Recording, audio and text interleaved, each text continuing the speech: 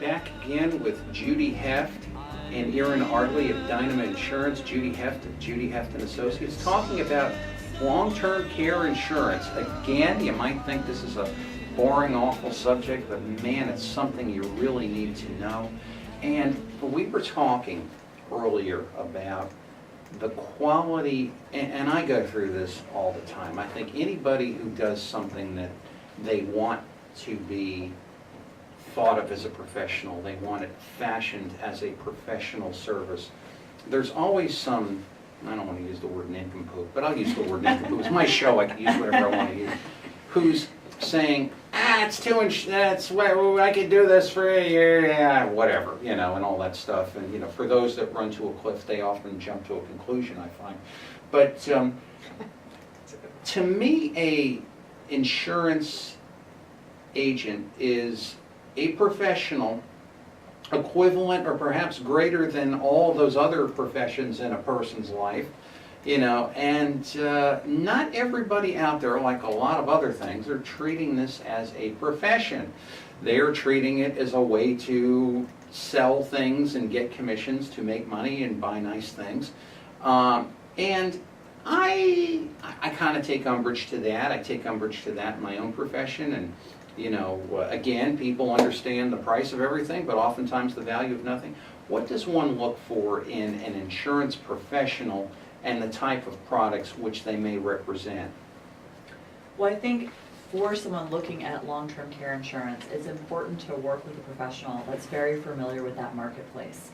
So just as in you wouldn't want to go to a general doctor for a specialty surgery, you shouldn't go to someone who says, I sell long-term care insurance and I also do these other 25 things, because they may not be up to date on the newest products and the newest changes in the marketplace. So that's one piece of advice.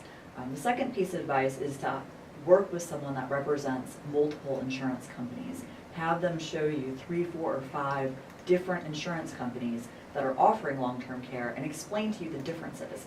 And there's huge price swings. There's also different types of riders. There are a lot of nuances between the products.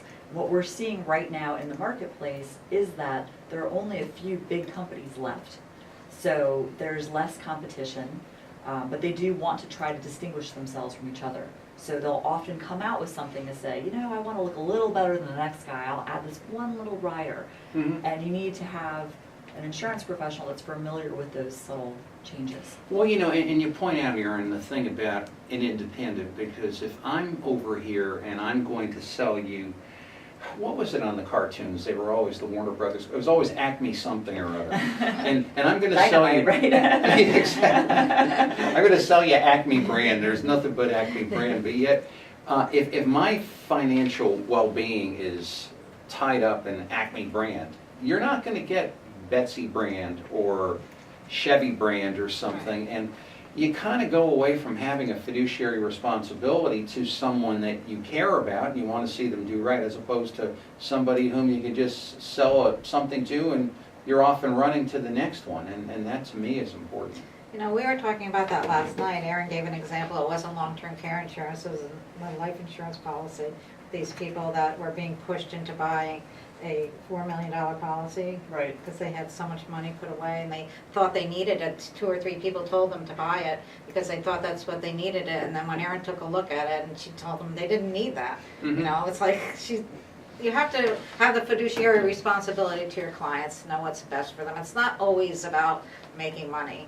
It's about building relationships, I think. Yeah, for certain, and that I think is important. A trustworthy person. And that's why you also want someone that's been in the business for a period of time, that has familiarity with the insurance marketplace, the long-term care marketplace. So some good questions to ask would be how familiar the agent is with long-term care and how many long-term care policies they sell. What I come across is sometimes people who are experts at what they do, but the long-term care might just be something they do every now and again. Mm-hmm. And so it's, as with any professional, if you were going to an attorney for your will, you would want someone that focuses on trusts, estates, and wills, not someone that really does, litigation and occasionally does a will. Right. You want the expert. We've seen a few of those in here. So that's important. If you're looking, I would say as the consumer, if you're looking to buy long-term care, it's make sure you see quotes from at least 3 companies and work with someone that their primary job is as an insurance agent or broker, and they have a lot of expertise, particularly with long-term care, so they're up on what's new. Are there any external, whatever you want to call them, protective agencies, ratings agencies, where you can look at a broker to make sure that, they've got a good record and the reputation of the firm and there's no violations or complaints? You can contact the state insurance department, see if there are any complaints. Oftentimes complaints go through the Better Business Bureau of your local community as well. It can be a little more challenging for someone who is a broker because they're affiliated with maybe 40 companies in the state. So that could be a little bit of I understand. of a challenge for you. I think getting testimonials not just from clients but also from advisors. So if a broker can say this accountant or this attorney or this other trusted advisor has recommended me, then I think that is a good reassurance.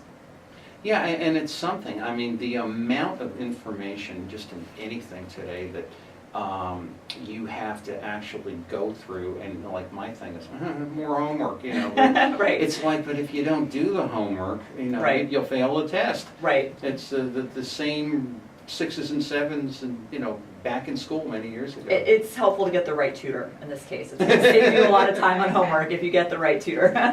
So we're actually coming up on the end of this segment. Closing thoughts you may have about long-term care and anything we've discussed today.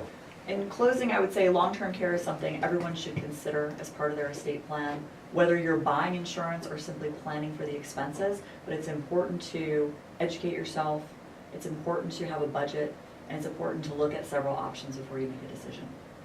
Judy, your thoughts? I was going to say the same thing, actually. About it's really That's why we important. get along so well. It's very important to have part of your estate plan and look at it, talk to different people, get ideas. And you know what? I think if someone's being referred to, an independent broker as a trusted advisor, go with your trusted advisor. So Yeah, for certain. it's important. I really believe in long-term care. I've seen so many people without it Yeah, lose money. somebody told me Yeah, years ago, if you think education's important or expensive, try ignorance. Right. Yeah, there really is no teacher like that, but Right. believe it or not, we're out of time. Thank you for being you, with us. Tony. Thank you for coming, Thanks, Tony, as again. always. Yeah. And Great. we will be back. This is Judy Heft and Erin Ardleigh, and we'll be back really soon with the sports doctor, Keith O'Brien, here on Connecticut Morning.